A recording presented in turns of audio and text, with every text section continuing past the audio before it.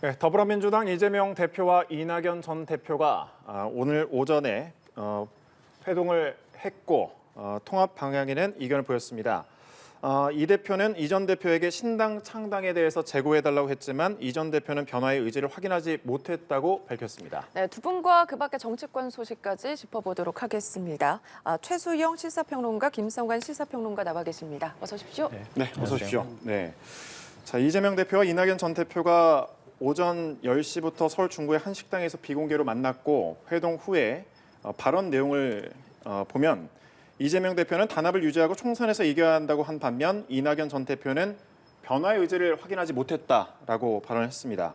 통합 방안을 두고 이견을 보인 건데 두 분께서는 좀 어떻게 보셨는지요? 먼저 말씀해 주시죠. 저는 뭐 예견된 만남이었다고 생각합니다. 실제 사실 얼마 전에 이제 이낙연 전 대표의 측근이었던 남평호 전 총리실 민정실장이 대장동 사건을 최초 제보한 사람은 나였다. 그다음에 바로 이제 그 최성 전 고양시장에 이어서 국회 부의장을 지냈던 이석현 전 부의장까지 바로 탈당에 참여했거든요. 어찌 보면 이런 상황 속에서 강을 건넜다고는 평가 속에 두 분이 말하자면 지금 연말을 넘기지 않고 오늘 전격 회동을 한 것은 그나마 서로가 할 만큼 했다라는 그런 명분을 쌓기 위한 것이 아니었겠느냐가 대부분 추측이었는데 역시 뭐 1시간의 회동이 그런 결과로 맺었다고 저는 생각이 됩니다. 이재명 대표는 이낙연 대표가 사실상 통합 비대위도 요구했고 통합 비대위에 대한 요구는 즉 이재명 대표의 말하자면 대표직 사퇴를 요구한 건데 여기에 대해서 윤석열 정부의 폭정을 건재하기 위해서 우리 승리하는 것이 중요하다만 이런 말을 정말 기존에 했던 말들을 앵무새처럼 계속 되풀이하면 더 이상 논의의 진전 없지 않겠습니까? 그러니까 이낙연 전 대표가 나와서 바로 했던 말이 변화의 의지를 확인할 수 없었고 우리가 견제도 중요하고 굉장히 단합도 중요하지만 우리가 단합을 못해 이렇게 우리가 된 것이 결국 변화가 없었기 때문이다. 그래서 나는 내 갈 길을 가겠다. 그리고 뼈 깊은 말은 그겁니다. 그 말하자면은 김대중 전 대통령과 노무현 정신의 그런 사라진 정당이 되어버렸다. 그건 누군가는 그것을 복원해야 되지 않겠느냐. 밖에서 내 역할을 모색하겠다가 그 얘기인데 즉 이재명 대표 체제에서는 이른바 총선을 치르더라도 뭐 선거구제 개편이라든가 이 모든 것들이 퇴행화됐다는 그런 지적이 있어서 노무현의 정신이 어떤 것입니까? 원칙 없는 승리보다도 원칙 있는 패배가 더 중요하다라고 말한 분 아니겠습니까? 그러니까 그런 것들이 사라진 민주당에서 더 이상 이재명 일극 체제로 가는 이런 정당은 내가 함께 할 수 없다. 그런 측면에서 이제 먼저 치고 나가는 건데 어쨌든 새해부터 이낙연 전 대표에 대한 신당 동력은 굉장히 강화될 겁니다. 다만 여기에 정세균과 김부겸 전 총리가 가세하느냐 가세하지 않느냐 이 여부가 아마 그 연초 종국을 달구는 가장 큰 핵심적인 사안이 될 것으로 전망합니다. 회동에 대한 총평을 해주면서 어느 정도 예상된 것이었다라고 말씀을 해주셨는데 김성환 평론가께서는 어떻게 보셨는지요? 오늘 서울 눈이 많이 내렸잖아요. 전 서설이 될 것 같다. 뭐 이런 기대를 잠깐 했었는데요. 좋은 소식을 기다렸던 뭐 지지자들 입장에서는 좀 실망스러운 결과가 아닐까 이렇게 생각하고요. 뭐 애초부터 완전한 결심을 했다 이렇게 보기는 쉽지는 않았을 것 같은데 왜냐하면 일단 이재명 대표 측에서 어떤 성의를 보이느냐 이게 그래도 만나는 자리를 만들 거냐 말 거냐를 결정할 것이다 이런 얘기를 많이 했거든요. 근데 공관위원장을 고려대 임혁백 교수로 지명을 하면서 뭔가 좀 객관적으로 또 당대표가 공천에 직접 관여하지 않겠다고 하는 의지를 보이면서 오늘 만남이 성사됐다고 생각하거든요. 근데 그런 면에서는 타협의 여지가 있지 않았을까 하는 기대감이 좀 있었는데 결국 이낙연 전 대표의 태도는 전혀 움직일 뜻이 없었던 것 같아요. 그러니까 오늘 이제 만남 끝나고 난 다음에 방금 전에 인터뷰하는 내용을 보니까 애초부터 이재명 대표가 사퇴하고 그리고 통합 비대위로 가는 것, 그 외에 달리 대안을 생각하지 않았던 것 같습니다. 그래서 이재명 대표 사퇴를 요구했고 이재명 대표는 그건 받지 못하겠다 이렇게 얘기를 하면서 거기서부터 이미 서로 간에 타협의 의지가 사라져버렸던 거 아닐까. 그래서 식사도 하지 않은 채 지금 1시간 만에 자리가 파해졌잖아요. 그러니까 그런 면에서는 이낙연 전 대표가 그 이재명 대표한테 바라는 게 너무 확고했기 때문에 서로 간에 대화의 여지가 없었던 자리였다 이렇게 생각합니다. 네, 이낙연 전 대표의 언급을 조금 더 집중적으로 살펴보면은 어쨌든 뭐 신당 창당과 관련해서 연말까지 좀 지켜보겠다 그런 언급이 전에도 있었는데 가치 있는 길을 위해서 자신의 길을 가겠다 어쨌든 이렇게 언급을 했습니다. 그렇게 본다면 신당 창당으로 간다 이쪽으로 좀 가닥을 잡은 걸까요? 그렇습니다. 그러니까 누군가는 김대중 노무현 정신의 계승을 위해서 역할을 해야 되지 않겠느냐. 저는 이 부분에 방점이 있다고 봐요. 그러니까 그 부분이 뭐냐면 내가 바로 민주당의 적통성을 갖고 있다는 이야기입니다. 그 이야기는. 그러니까 이재명 대표는 비록 지금은 당의 주류로 돼 있지만 실제적으로 당에 뿌리가 있는 것도 아니고 김대중 노무현 정신에 입각해서 정치를 하는 것도 아니다. 특히 이낙연 전 대표 같은 경우는 사실 김대중 대통령이 발탁해서 공천을 줘서 노무현 대통령 때 사실은 이제 그 굉장히 이제 뜬 인사거든요. 네. 그리고 이제 사실 문재인 대통령 때 대통령 당시에 총리와 이제 뭐 그 전에 전남지사를 했습니다. 말하자면 김대중으로부터 시작해서 노무현을 거쳐 문재인까지 오는 민주당의 적통성의 뿌리를 내가고 있다는 그 얘기를 하고 싶은 겁니다. 그런데 이재명 대표는 사실 지금 여러 가지 정국 운영과 이런 정치 활동을 놓고 보면 약간의 변칙 스타일이거든요. 그러니까 네. 기존의 김대중 노무현 정신에 입각해서 전통적이고 적통성을 갖는 민주당의 정치 행태라기보다는 어떻게든 승리만이 살 길이고 승리하지 않으면 아무 의미가 없다라는 승리 지상주의자의 그런 면모는 결코 김대중 노무현의 정신이 아니라고 볼 수 있기 때문에 바로 그 지점을 저는 이낙연 전 대표가 파고들었고 저런 부분들이 정말 김대중 노무현에 대한 향수를 그리워하고 거기에 뿌리를 갖고 있는 민주당의 정통 당원들 같은 경우에 어떻게 반응할지 저는 이 부분 물론 분열에 대해서 많은 우려를 하시겠지만 그럼에도 불구하고 이런 부분들이 어떻게 받아들여질지는 저는 알 수가 없다. 더군다나 만일 이런 데 대해서 정세균 전 총리라든가 김부겸 전 총리까지 가세한다 그러면 이 판은 자체가 흔들릴 수 있는 굉장히 중요한 지점이고 오늘 아까 의미 있는 말 또 한마디 하더라고요. 해돋이 행사 보러 가서 긴 말 하는 건 아니지 않느냐. 그러니까 쉽게 얘기해서 오늘 어떠한 변화의 의지나 구체적인 방안이 없었으면은 이거는 내가 오래 이야기할 사안이 아니었다라고 애둘러 표현한 것 같아요. 그래서 저는 이낙연 전 대표가 분명한 지금 방향성과 지향점을 가리키는 신당 창당 지점을 얘기했어요. 여기에서 이재명 대표가 어떤 지금 혹시나 연초 정국에서 그래도 분열을 막아야 하지 않느냐는 측근들과의 대화를 통해서 어떤 대안을 내놓을지 저는 조금 궁금해지는데 네. 많은 방법이 보이지가 않는다는 게 사실은 고민일 것 같습니다. 어떻게 보면 생각에 대해서 확인하는 자리였다고 볼 수도 그렇습니다. 있었겠네요. 네. 네, 알겠습니다. 이낙연 전 대표의 신당 창당 쪽으로 초점이 좀 맞춰질 텐데 김대중 전 대통령 비서로 정계 입문한 동교동계 6선 이석현 전 국회 부의장이 민주당을 탈당한 뒤 신당 입당 의사를 밝히기도 했습니다. 릴레이 탈당의 분위기도 보인다라는 말이 있는데 이 분위기에 대해서는 좀 어떻게 보시는지요? 그 정도까지는 아닐 겁니다. 이낙연 전 대표는 일단 새 규합에 나설 것으로 보이고요. 신당 창당의 길로 가겠다 이렇게 네. 선언한 것이나 다름이 없다고 생각합니다. 민주당에서 과연 몇 명의 의원이 나갈 거냐. 그동안에 이제 공정과 상식이라고 그 원칙과 상식이라고 얘기했던 의원들 4인방이 당을 나갈 가능성이 있다 이렇게 거론되고는 있는데 더 많은 의원이 나가기는 쉽지는 않은 상황인 것 같습니다. 왜냐하면 과거에 이제 국민의당이 총선 때 한번 바람몰이를 한 적이 있긴 한데요.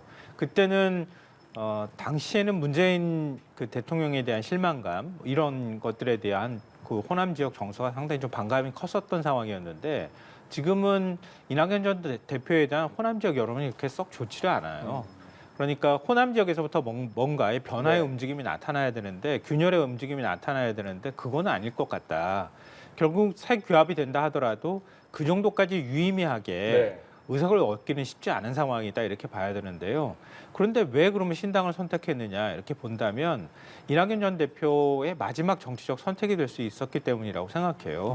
이 뜻은 그러니까 이재명 중심의 당이 만약에 됐을 경우에는 나중에 이재명 대표와 관련돼서 어떤 리스크가 발생할지는 모르겠으나 이낙연 전 대표가 비집고 들어갈 틈이 별로 없다고 하는 거예요. 그럼 차기 대선이 아마 마지막 도전이 될 수 있는데 지금 시점에서 나름의 어떤 정치 세력화를 하지를 않을 경우에는 차기 대선도 도전하기 어렵다. 이런 생각을 좀 했었을 것 같아요. 그런 면에서는 새 규합이 크든 적든 간에 유의미한 뭔가의 움직임을 지금 이 시점에서 하지 않으면 결국 때를 놓치게 될 것이다. 이런 아마 절박함이 저는 있었을 거라고 봅니다. 네. 그렇기 때문에 민주당 내부에서 그 정도까지 동조하는 움직임이 없다 하더라도 정치적 움직임은 계속 이어갈 가능성이 있겠다 이렇게 보이고요. 그리고 이재명 대표 입장에서는 좀 상처를 받을 수밖에 없죠. 왜냐하면 이재명 대표의 리더십이 계속 이제 그 의심받고 있었던 상황이었단 말이에요. 네. 근데 이낙연 전 대표를 품어 안으면 그런 그 의심의 시선을 좀 거두게 만들고 이재명 리더십을 좀 강화하는 그런 계기가 됐을 텐데 어찌 됐든 간에 서로 간에 함께 갈 수 없다라고 하는 걸 확인하면서 그런 부분에 있어서는 이재명 대표가 앞으로 그러면 이재명 씨 정치가 무엇인지를 좀 보여줄 필요가 있다 이렇게 생각합니다. 다만 이제 아까 말씀하셨던 것 중에서 이낙연 전 대표는 김대중 노무현 정신을 계속 강조할 거예요. 그게 이제 적통을 얘기하는 걸 텐데요. 근데 그거에 대해서는 하시지 못하는 분들이 좀 꽤 있을 거라고 봐요. 김대중 정신을 얘기하는 것에 대해서는 동의할 수 있겠으나 노무현 정신을 얘기하는 건 노무현 대통령이 정반대편에 서 있었던 적이 있었단 말이에요. 열린우리당을 만들 때 그때 탈당에 합류를 하지 않았어요. 그래서 노무현 전 대통령 탄핵에도 일조했던 측면이 있단 말이에요. 근데 그런 면에서는 적통을 강조하기는 하겠지만 정말 적통으로 보일 것이냐 이런 부분에 대해서는 아마 지지자들 사이에서 의견이 엇갈릴 것 같습니다. 네, 알겠습니다. 이낙연 전 대표, 이재명 대표가 어떻게 생각하는지에 관련해서 또 이제 평론을 해주셨는데 최수영 평론가께서도 한 말씀 더 붙여주시죠. 글쎄요, 뭐 이제 여러 예. 가지 지금 경우의 수들이 있을 거예요. 근데 이제 제가 이제 여기서 주목하는 부분은 삼총리 연대를 하는데 이분들의 세 분의 생각이 제각각 달라요. 그래서 저는 이분들 셋이 모여서 이재명 대표를 압박한다 그러면은 예. 굉장히 큰 말하자면은 파괴력과 그런 동력을 갖겠지만 사실 이낙연 전 대표는 지금 제가 말씀드린 민주당의 적통성을 강조하는 쪽에서 본인의 원칙과 뭐 이런 상식 이런 걸 통해서 이제 아마 돌파구를 열려고 할 텐데 정세균 전 총리는 조금 다른 지점이 있어요. 말하자면은 가장 지금 이재명 친명 빼놓고는 가장 최대 개파를 현재도 보유하고 있는 그런 정치인이기 때문에 좌파 세력을 보호하는 좀 공천이라든가 이런 과정을 통해서 거기에서만 좀 가능성을 보여준다면 정세균 전 총리는 약간 묶일 수가 있고 김부겸 전 총리 같은 경우는 또 다른 문제가 이분은 지금의 여기에 대해서 이재명 대표 체제에 대해서 크게 할 말은 없지만 내가 다만 다음 대선을 준비하는 공간이 열려지느냐 마느냐가 관심사일 겁니다. 예. 이런 부분에 어떤 각각의 이해와 이런 요구들이 조화를 이룬다 그러면은 저는 이재명 대표가 이런 부분들을 어떻게 그러면 분열을 시켜내고 또 각계격파해내느냐 아니면 이분들이 셋이 합쳐지느냐에 따라서 완전히 새해 정가의 판도가 달라지기 때문에 이재명 대표 입장에서는 이미 이제는 통합 비대위를 내가 당분간 안 하겠다고 선언한 거나 다름없지 않습니까? 예. 그렇다면 이걸 다른 대안으로 그러면 이낙연 전 대표는 지금 탈당한다 하더라도 남은 세력들과의 연대라든가 분열 이런 부분들은 어떻게 처리할 것인가가 최대 숙제가 될 거고 네. 이런 부분이 아마 이재명 대표의 새해 머릿속을 꽉 채고 있는 화두가 될 겁니다. 알겠습니다. 이런 가운데 한동훈 비대위원장과 이재명 대표가 첫 회동을 했습니다. 아무래도 처음인 만큼 화기애애한 분위기 속도 있었지만 또 뼈 있는 말도 서로 오갔었거든요. 우선은 관심이었던 쌍특권 관련해서는 언급은 없었죠.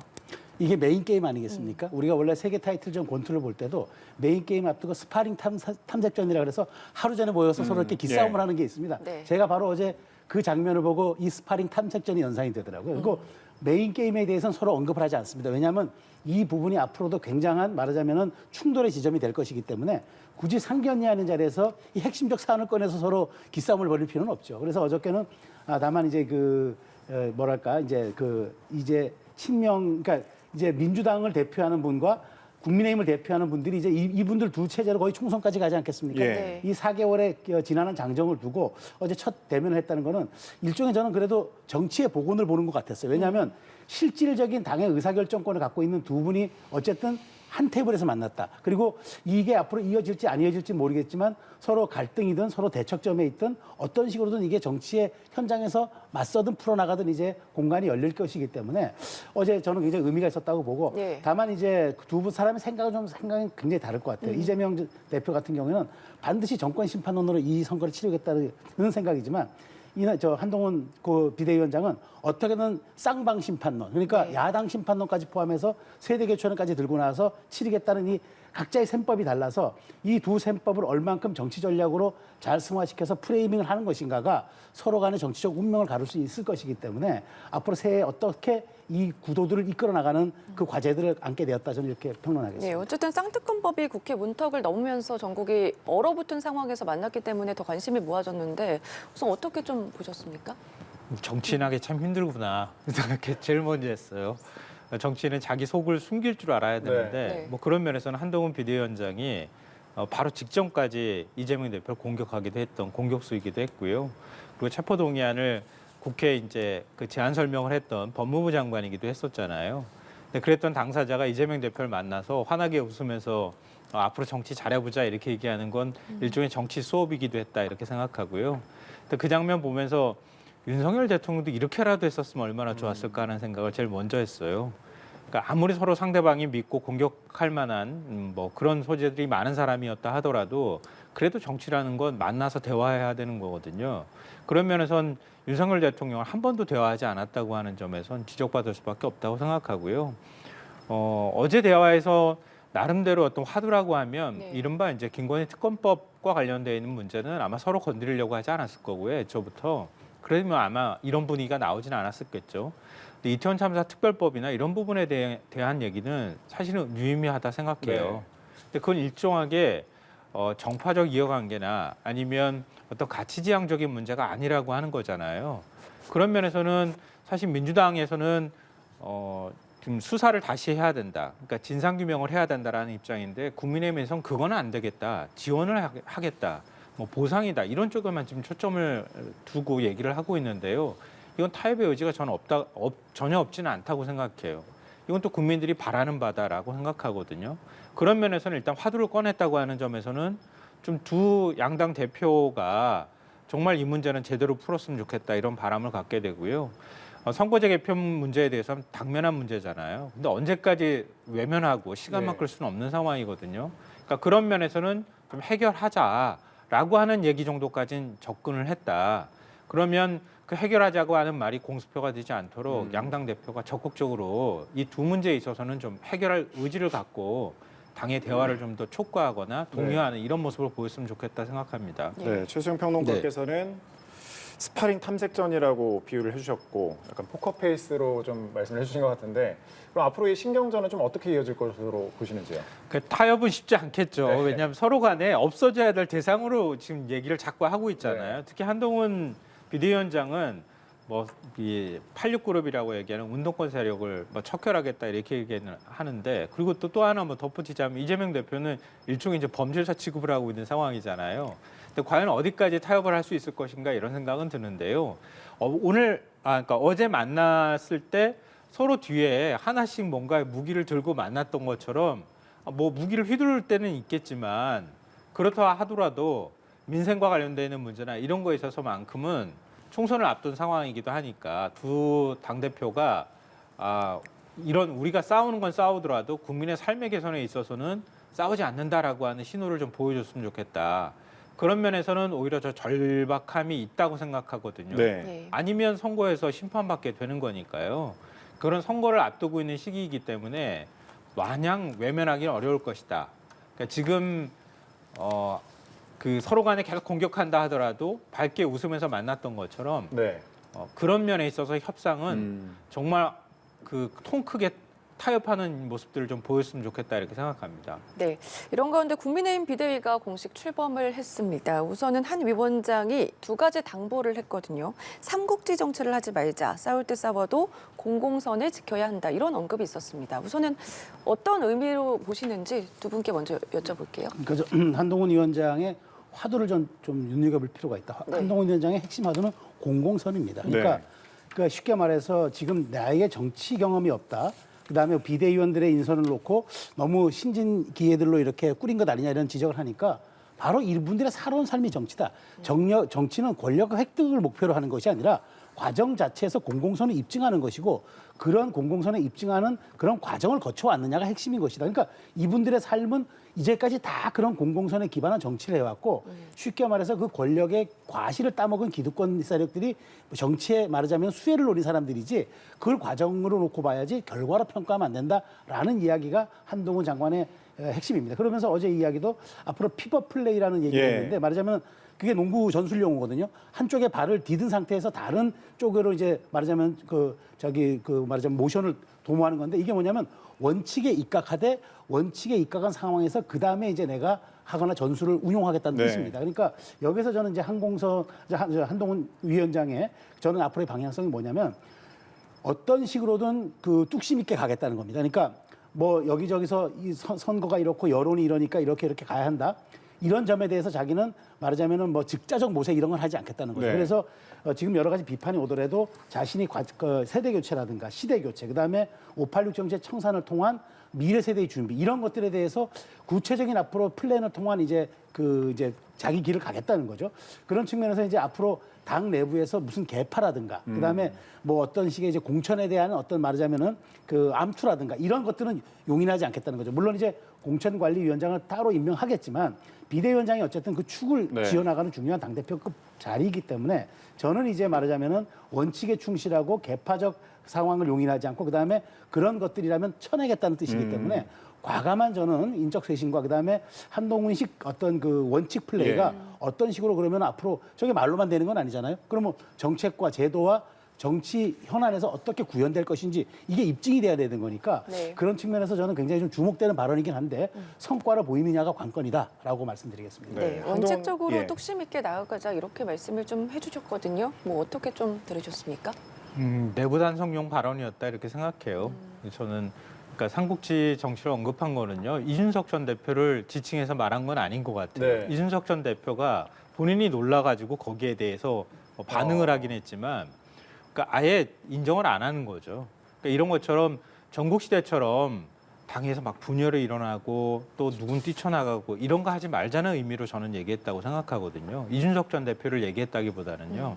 그러니까 앞으로 이제 공천 과정에 들어가게 되면 결국 이제 물갈이가 이루어질 수밖에 없고 지금 이제 청와대 참모부터 시작해서 윤핵관, 검핵관 내려올 수밖에 없는 구도거든요. 결국은 지금 국민의힘이 이런 상황에 처한 건 윤석열 대통령이 내 집권 후반기에 레임덕에 빠지지 않겠다고 하는 의사가 굉장히 강하기 때문에 나타난 현상이거든요.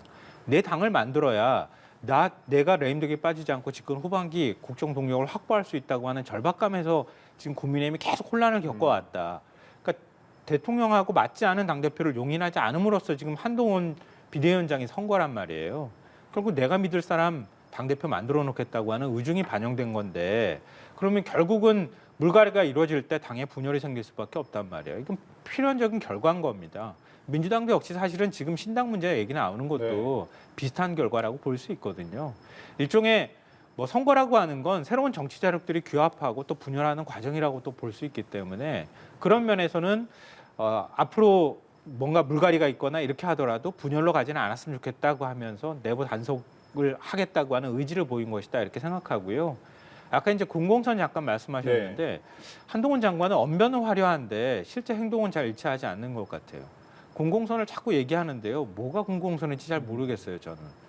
이른바 김건희 특검법 통과시키는 게 그게 거기에 대해서 거부권 행사하지 않는 게 공공선에 가까운 거 아닙니까? 윤석열 대통령도 예전에 대선 후보 시절에 얘기를 했잖아요. 특검 거부하는 자가 범인이라고. 근데 지금 국민의힘이나 아니면은 대통령실에서 보이는 건 정반대로 가고 있는 거잖아요. 그러니까 말은 되게 거창한데 실제 행동이 뒤따르지 않는 굉장히 허망한 말을 하고 있다 이렇게 생각합니다. 네, 알겠습니다. 조금 전에 그 삼국지 정치 관련 발언 관련해 가지고 이준석 전 대표를 겨냥한 건 아닌 것 같다라고 말씀을 해주셨는데 사실 뭐 삼국지 관련해서는 이준석 전 대표가 굉장히 좀 많이 발언했잖아요. 세 가지 비단 주머니라든지. 네. 평론가께서는 좀 어떻게 보셨는지. 뭐 이준석 대표의 뭐 그 대응 발언도 있었고요. 네, 이준석 대표가 겨냥하지 않은 발언이라고 이제 김성환 평론가는 해석하셨는데 당연히 이준석 대표를 겨냥했죠. 저는 그렇게 봅니다. 왜냐하면 이제 그 사실 이제 두 사람의 화법이 애둘러 얘기하는 화법을 잘 사용하는데 이준석 대표는 아주 그 젊은 세대지만 사자성어와 그다음에 이런 고사에 아주 능통합니다. 그래서 굉장히 어릴 때부터 이런 것들에 대한 소양이 있는 것 같은데 그래서 그 이준석 그 한동훈 비대위원장이 바로 제갈량의 삶을 이제 얘기를 하니까 그 제갈량의 삶이 그렇잖아요. 평생을 말하자면 변칙, 전술, 이 전략 수립에 해왔지만 결국에 마지막엔 뜻을 이루지 못하지 않았습니까? 결국엔 사마이가 대업을 삼국지의 그 대업을 이룩하는데 그렇게 얘기하니까 한동훈 장관, 그러니까 지명자는 비대위원장 바로 이런 얘기를 하는 거죠. 그런 식의 삶보다는 우직하고 뚝심 있게 가다 보면 결과를 이룰 것이라는 얘기를 하는데 이 두 사람의 관계가 미묘합니다. 왜냐하면 이 두 사람의 관계가 여론조사 지형으로 놓고 보면은 이른바 보완제가 아니라 대체제 관계거든요. 한 사람이 싹 가져가 여론의 주목도와 관심도를 가져가 버리면 한 사람은 싹 사라지는 이른바 제로섬 게임 관계입니다. 그러니까 이 얘기를 하니까 바로 이 전 대표가 반응을 합니다. 나는 제갈량 삶을 동경해왔다. 이게 전형적인 편승 전략입니다. 그러니까 상대의 발언에 내 발언을 얹혀가지고 다시 주목도를 높이는 그런 형식인데 저는 앞으로 이런 두 사람의 그런 언급을 통한 이른바 공방전이 더 가열될 거라고 봅니다. 다만 이제 이준석 전 대표가 여포는 동탁을 찌른다고 말을 했는데 이게 흔히 이야기하는 MZ세대들이 방구석 여포라는 게 있습니다. 그러니까 말하자면 힘 자랑을 안에서만 하고 밖에서는 안 한다는 뜻인데 또 이렇게 이제 이준석 대표가 또 하나의 또 비유를 알린 거죠. 그런 측면에서 앞으로 신당이 이제 이준석 신당이 계속 갈 겁니다. 이제 이준석 신당이 최근에 동력이 많이 떨어져서 보니까 뭐 이준석 대표가 창당 선언한 다음에 그다음에 뭐 천하람이 이어지고 뭐 이기인이 이어지는 이런 식으로 퍼포먼스가 계속 뒤를 받쳐주는 그런 쪽으로 이제 동력을 가져갈 것 같은데 앞으로 이런 부분에서 한동훈 위원장과 그다음에 이준석 전 대표의 좀 이른바 어떤 레토릭을 가진 기싸움들이 앞으로 좀 볼만하게 전개되지 않을까 그렇게 생각합니다. 네, 덧붙여서 한 가지 더 질문 드릴게요. 반박하려고 하는 건 아니고요. 그러니까 한동훈 비대위원장은 이준석 전 대표를 무시하는 전략을 취하고 있는 거예요. 지금 무시하는 전략을 취하고 있다. 네. 그러니까 삼국지에 들어가지 않는다는 제가 말씀드린 거는 이준석 전 대표를 무시하기 때문에 그런 거예요. 아니었다면 이준석 전 대표를 만났어야죠. 그러니까 이재명 대표가 이낙연 전 대표를 그래도 만나려고 노력했던 것처럼 만나서 품어 안으려고 노력했어야 되는데 애초부터 그럴 의사가 없었던 거잖아요. 이거는 한동훈 비대위원장이 들어서면 뭔가 윤석열 대통령하고의 관계도 새롭게 설정하고 국민 여론도 거기에 더 많이 실려 있으니까요. 그러면서 새로운 모습을 기대했던 분들이 적지 않을 텐데 한 번도 지금은 예외가 없잖아요. 그러니까 의외성이라는 게 정치에서는 굉장히 중요한데 한 번도 의외성을 보여주지 않았어요. 앞으로도 전 그럴 거라고 봐요. 윤석열 대통령이 뜻이 반영되는 당을 만들겠구나 이런 생각들을 벗어나지 않는다는 거예요. 그러니까 이준석 전 대표를 만날 필요가 없는 거예요. 어쨌든 윤석열 대통령이 끌어내린 당대표인데 또 가서 만나요. 대통령의 뜻을 거스르는 거잖아요. 근데 그런 면에서 제가 말씀드린 거고요. 이준석 전 대표의 그 SNS 글 올린 거 보니까요. 그러니까 나는 유비를 배신하지 않는 제갈량으로 끝까지 남겠다. 이렇게 얘기한 거란 말이에요. 근데 한동훈 장관은 제가 보니까 여포에 비유해 줬어요. 그러니까 결국은 동탁을 찌르잖아요. 당신은 동탁을 찌를 수밖에 없는 상황이 돼 있는 거다. 근데 그걸 모르고 있는 거다라고 지금 가르쳐주고 있는 거라고 생각하거든요. 한동훈 전 장관은 어찌 보면 동탁을 찔러야 그래야 뭔가 앞으로 대선까지 갈 수 있는 정치적 동력을 얻을 수 있는 상황인데 그런 차별화를 전혀 하지 못한다면 결국 같이 자멸할 수밖에 없다. 뭐 이런 점들을 강조하는 거 아닌가 싶습니다. 앞으로 이런 공방이 좀 계속해서 이어질 거라고 보시나요? 그럼요. 이거 계속 왜냐하면 이거는 아까 그 말씀하셨는데요. 제로섬 게임이라는 표현 쓰셨지만 이준석 전 대표를 당할 만한 사람이 제가 볼 때 별로 없어요. 정치인 중에서 이준석 전 대표하고 싸워가지고 득본 사람이 제가 볼 때 별로 없거든요. 근데 그런 것처럼 한동훈 비대위원장이 아무리 언변이 화려하고 뭐 그 논리가 탄탄하다 뭐 이런 얘기를 하더라도 제가 볼 땐 이준석 대표하고 싸워가지고는 별로 득볼 게 없어요. 근데 이준석 전 대표는 끊임없이 싸워야 지금 득을 보는 상황이거든요. 그러니까 한동훈 비대위원장이 뭘 하더라도 계속 아마 이준석 전 대표는 뭔가를 계속 내놓는 이런 입장이 될 겁니다. 그래야지 비교가 되면서 존재감이 커질 수 있으니까요. 네, 같은 생각이시죠? 그러니까 제가 정치 이론에 편승 전략이라는 게 있다고 말씀드렸잖아요. 그게 뭐냐면 조금 약자에 있는 위치에 있는 사람은 그 강자가 혹은 선도하는 사람이 꺼낸 이슈에 자기의 생각을 얹음으로써 그 자시 화제의 그 카테고리에 들어가는 거죠. 그래서 계속 힘을 얻어서 간다는 게 편승 전략이기 때문에 이준석 전 대표는 지금 편승 전략을 쓸 수밖에 없는 그런 상황에 처해 있습니다. 네. 그런 가운데 한동훈 비대위의 추가 인선에 대해서도 좀 짚어보겠습니다. 당 사무총장으로 초선의 장동혁 의원, 여의도 연구원장에는 홍영림 전 조선일보 기자를 임명을 했는데 이것 역시 파격 인선이다 이런 평가가 나오더라고요. 네. 저는 제가 주목하는 게 사실 저도 이 두 가지 인선이었습니다. 그러니까 뭐 3선급을 임명하는 걸 초선을 임명했다라고 저는 거기에 방점을 두는 게 아니라 비상환 상황이니까 비상환 상황에서 인사를 했는데 이분이 이제 장동혁 의원이 이제 판사 출신이지만 초선이고 또 그 충청권 의원이에요. 다시 말하자면은 그 충청을 스윙보트로 생각하고 가겠다라는 이제 의사를 밝힌 거고 그다음에 이분이 약간 개파색이었습니다. 그렇기 때문에 이분을 통해서 이제 어떤 당의 본인의 어떤 그런 장악력과 본인의 어떤 리더십을 실현하겠다는 뜻이고 제가 주목하는 건 여의도 연구원장에 홍영림 전 조선일보 기자를 임명한 거예요. 홍영림 전 기자가 여론조사 전문가이고 그다음에 데이터에 매우 이제 전문성을 갖고 있는 분입니다. 이 얘기 뭐냐면 앞으로 과학과 데이터에 입각한 공천하겠다는 거예요. 네. 여의도 연구원이 결국은 이제 공천 지형에 대한 전략도 세우고 그다음에 각종 여론조사를 기반으로 해서 어떤 그 우위를 가늠하고 그다음에 거기에 대해서 경쟁력의 지표를 가지고 공천하는 그런 자료를 제공하는 기관 아닙니까? 그렇다면 저는 이 얘기는 뭐냐면은 어떤 그 언론인 출신 영입했기 때문에 휘둘리지 않고 정말 객관적인 데이터와 그다음에 경쟁력 입증할 수 있는 사람들로 공천하겠다. 그리고 여기에 휘둘리지 않겠다는 뜻을 애둘러 저는 인사를 통해서 표현했다고 봐요. 그래서 굉장히 저는 이 두 사람의 인사가 파격 인사인데 이거는 비대위원장으로서 정말 비상한 시기에 출범했던 비상대책위원장으로서 보여줄 수 있는 비상한 인사였다. 그런 측면에서 당에서 이런 부분에 대해서 앞으로 많은 것을 주목하겠지만 긴장감도 좀 높아질 것 같아요. 그리고 이런 초선과 그다음에 이런 언론인 출신 전격 영입함으로써 당의 긴장감을 높이고 이른바 좀 경쟁력을 강화시키는 내기 효과도 노렸던 그런 인사가 아니었나 저는 평가하겠습니다. 예. 네, 비상한 인사였다라고 평가를 해주셨고요. 일부 비대위원들이 또 구설에 오르고 있습니다. 최근에 보면 민경욱 비대위원 노인 비하 발언이 있었고 여기에 대해서 이제 한 위원장이 직접 사과하기도 했는데 또 일본의 조선 식민 지배를 옹호한 듯한 과거 발언이 추가로 알려졌습니다. 또 박은식 의원은 왜곡된 성 인식을 드러낸 SNS 글이 도마에 올랐는데 한동훈 비대위원장 어떻게 좀 대처를 해야 된다고 보시는지요? 그러니까 비대위원 인선이 어떻게 되는지 전혀 몰랐다는 거 아니에요. 그러니까 특수부 검사 출신답게 네. 외부에 철저히 보안을 유지했다 이런 얘기 나오는데요. 그래서 터진 사고일 수도 있다고 생각해요. 그러니까 검사 스타일 못 버리면 계속 이런 사고가 터지는 겁니다. 그러니까 외부 영입 인사도 마찬가지고요. 비대위원들도 마찬가지인데 평판이나 주변의 사람들 얘기를 들어야 네. 결국은 이제 그 과정에서 검증이 되는 거거든요.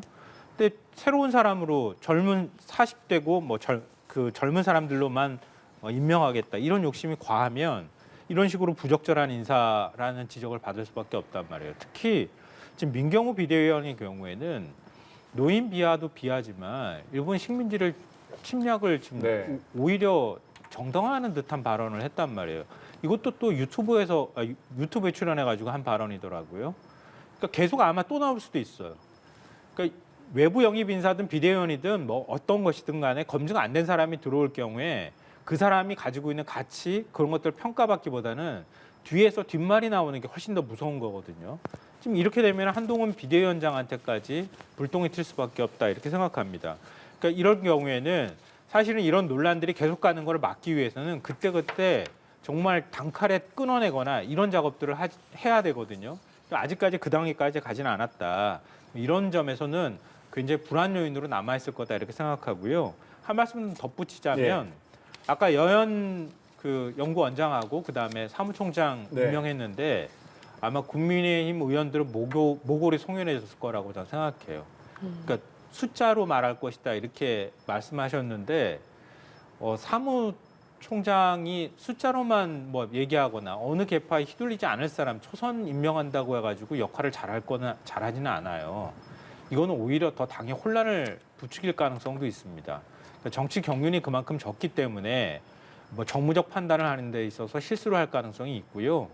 그리고 특히 여연 원장 같은 경우에도 뭐 냉정하게 여론조사 조사해가지고 그걸 당대표한테 보고한다 아니면 공관위원장한테 보고한다 이렇게 얘기는 하고 있지만 이게 곧 물갈이 하겠다는 뜻하고도 연결이 될 수 있기 때문에 의원들 입장에서는 공포심이 훨씬 커질 수 있는 상황이다 이렇게 보입니다.